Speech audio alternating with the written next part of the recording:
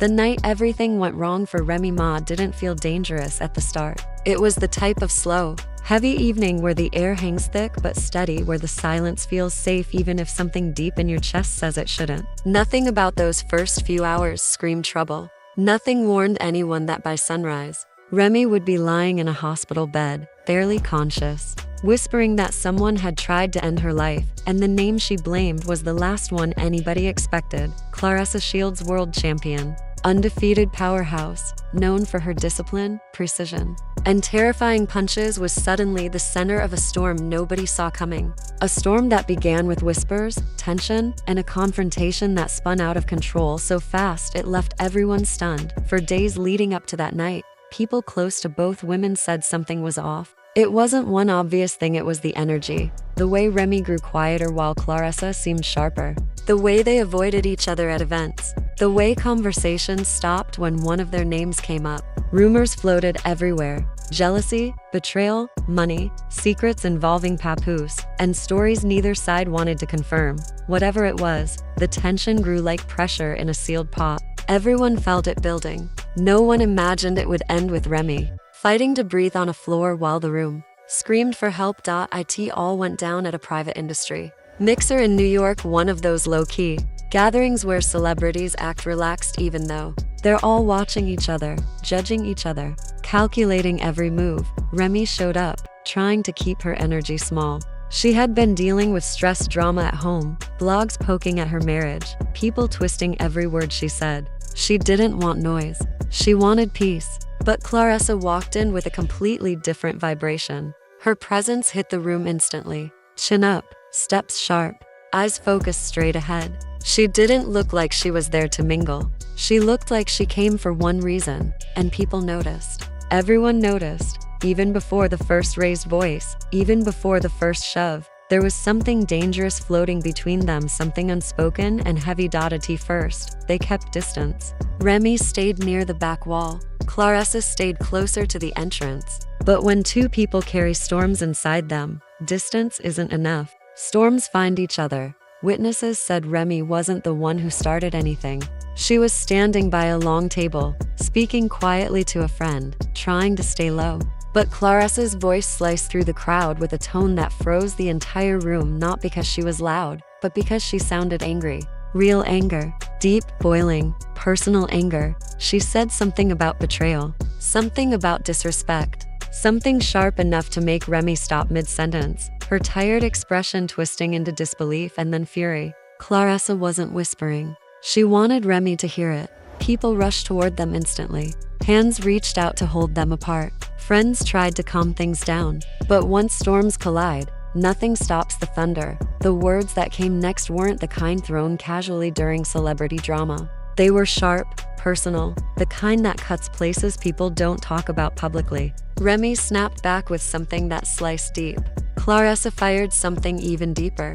And suddenly the entire room felt heavier, like the air itself had weight. Then Claressa stepped forward, not rushing, not lunging, just stepping with that controlled, terrifying fighter's precision she's known for. Remy didn't back up, not because she wasn't tired, but because her pride refused to let her move. And in that moment, everything shifted. The first hit came faster than anyone could react. Claressa moved with pure fighter instinct, fast, sharp, explosive. One moment, the room was tense. The next, Remy was stumbling backward, her back slamming into the table as the room erupted into screams and confusion. Some people swear Remy tried to swing back. Others say she never got the chance. The truth is buried beneath the shouts, shattering glass, and frantic hands trying to restrain Claressa. 3 people pulling her away, struggling to hold her back. She wasn't just angry. She was hurt, deeply hurt. And the words she screamed as she lunged again were so raw that nobody repeated them afterward. But the moment that changed everything wasn't the punch. It was the fall. Remy didn't slip. She didn't lose balance. Someone trying to break up the fight pushed into her, hitting her hard. She went backwards, crashing to the floor. Her head hit the ground with a sickening thud that made the entire room go silent. Even Claressa froze, her expression shifting instantly as adrenaline collided with dread. Remy didn't move, her eyes blinked slowly, unfocused. Her breathing turned shallow. She tried to speak, but her words came out twisted, weak. People dropped to their knees, calling her name, panic rising in their voices. Someone dialed 911 with shaking hands. Claressa stepped back, her face shifting from fury to shock. Her hands trembled as she whispered, "No, no, no. I didn't mean," but by then, nobody cared. The only thing that mattered was whether Remy would survive. Paramedics rushed in quickly. They checked her vitals, stabilized her neck, asked questions she couldn't answer. Her speech was slurred, her left eye barely opened. When they lifted her onto the stretcher, her gaze drifted toward the ceiling like she was slipping in and out of consciousness. It scared everyone there, including the first responders. Claressa stood across the room, shaking, silent, frozen. She didn't follow the ambulance. She didn't speak again. She just stood there as Remy was carried out, and the room filled with whispers. This wasn't just a fight. This was an assault. The moment the story hit the blogs, the internet set on fire. People instantly picked sides. Some blamed Remy. Some blamed Claressa. Some blamed Papoose. Some blamed months of tension and silence. But the biggest argument was simple. A world-class fighter should never put hands on someone outside the ring. Then the footage leaked. 18 seconds. 18 seconds of chaos, fear, and confusion. The shove. The swing. Remy hitting the ground. The scream. People analyzed the clip frame by frame, trying to determine who moved first, who escalated, who caused the fall. Reporters camped outside Remy's hospital. Fans flooded social media with theories. People close to her said her injuries were serious concussion, internal bruising, memory loss. She kept asking what happened and who pushed her, but her first clear words shook the entire internet. "She tried to end me." That sentence echoed everywhere. News channels repeated it. Blogs dissected it. Fans reacted in shock. Meanwhile, Claressa stayed silent for nearly a week, only fueling suspicion.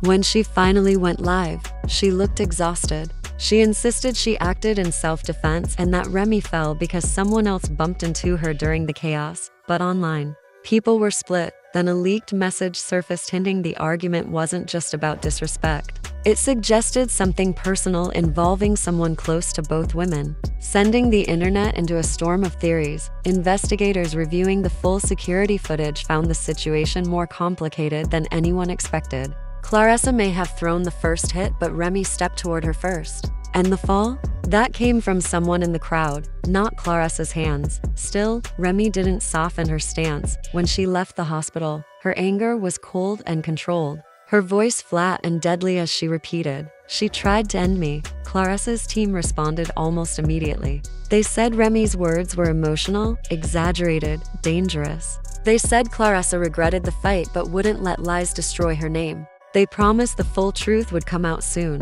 And that's where things stand. Two women once connected, now enemies are locked in a feud fueled by pain, anger, and confusion.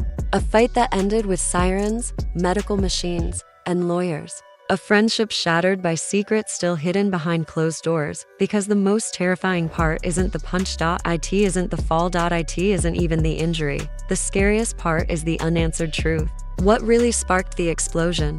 And who in their circle knows but refuses to speak? This story isn't over. Not even close.